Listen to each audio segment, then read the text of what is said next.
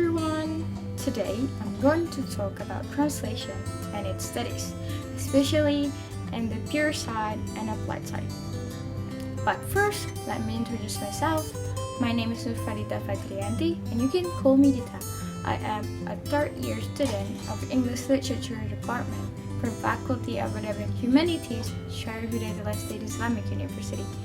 I'm filming this video and aiming to complete my final examination of translation theory. So, without further ado, let's check the explanation. So, before we go straight to the translation studies, I think we need to know what translation is. So, what is translation? In Oxford Dictionary, translation has two meanings. The first one is the act or an instant of translating, and the second one it is written or spoken expression of the meaning of word, speech, book, etc. in another language. Under the concept of translation, Jeremy Monday defines translation as the process of changing an original written text, or we can call it the source text or ST in the original verbal language or the source language, or we call it SL, into a written text or the target text, or we can call it TT in a different verbal language or the target language, or TL.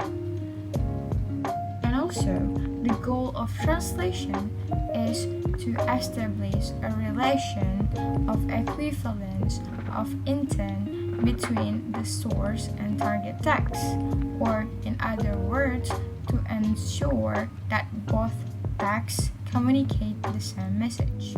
Now, after knowing what translation is, we are approaching the translation studies. We have one question to answer. So, what is translation studies? So, I will answer the question. So, translation studies is the new academic discipline related to the study of the theory and phenomena of translation itself. James S. Holmes is considered to be the founder of translation studies as an independent field of study, and he invented the name of translation study for the field itself.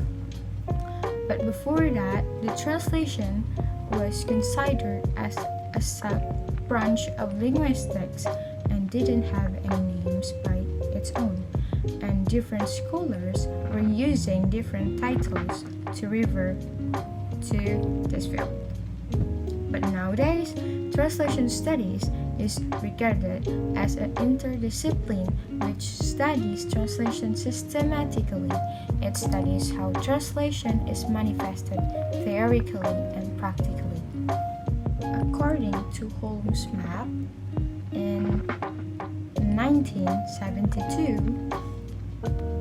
the translation studies has two branches, which are pure side and applied side translation studies.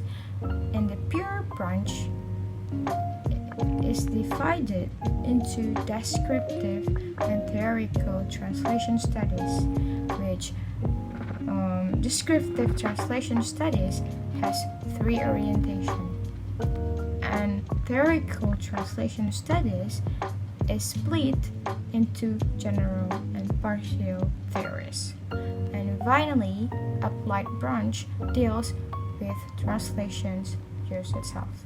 So, as I mentioned before, the pure branch is subdivided into theoretical and descriptive branches. So, because of that, pure translation has two main goals, which are: in the descriptive translation studies, it is to describe the phenomena of translating and translation as they manifest themselves in the world of our experience.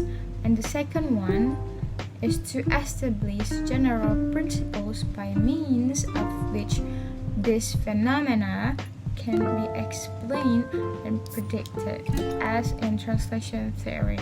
So, descriptive translation studies are subdivided into three areas, which are product-oriented, process-oriented, and function-oriented. The starting point for product-oriented study is the description of individual translations, or text-focused translation descriptions, in which comparative analyses are made of various translations of the same text, either in one language or in different languages. Such individual and comparative descriptions provide the materials for surveying larger corpuses of translations. So, for instance, those made within a specific period, language, and or text discourse type. And one of the goals of product-oriented descriptive translation studies may be a general history of translations. So let's move to the second area research, which is process-oriented descriptive translation studies. So basically, it studies, investigate the mental processes that take place in translation.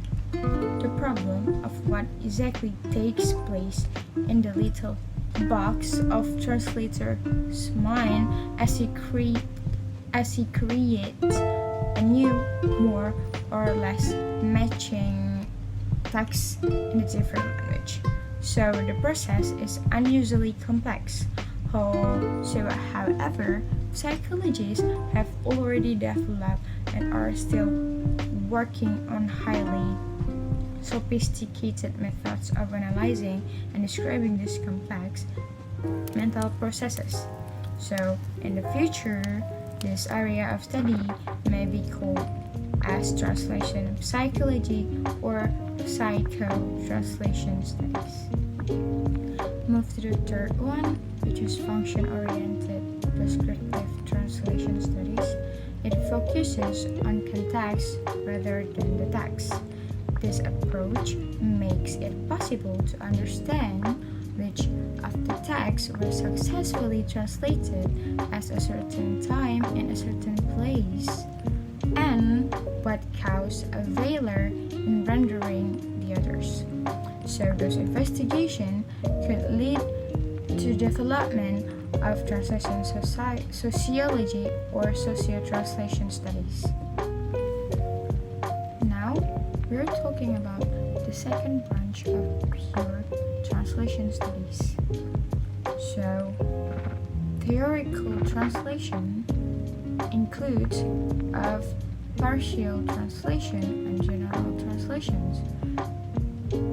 Theoretical translation or general translation theory uses the result of descriptive translation studies to discover principles, form theories, and establish models which will serve to explain and predict what will translating and translations will be. The ultimate objective of the translation theoretician is to develop a full, inclusive theory accommodating a sufficient number of elements, thus making it possible to explain and to predict all phenomena falling under the theories of translations and translating. Talking about applied side, so we are in applied side now. Time flies on. So, the applied branch of discipline, as set out by Holmes, covers the area such as translator training, translation aids, and translation criticism. First area relating to applied translation studies by Holmes is translator training. It is related to teaching. So teaching translating has two types. So the first one, translating, has been used for centuries as a technique in foreign language teaching and a test of foreign language acquisition. And second one, translating is taught in schools and courses to train professional translators. The second situation has raised a number of questions that have to do primarily with teaching methods, testing techniques, and curriculum planning or design. And the second area has to do with the needs for translation aids.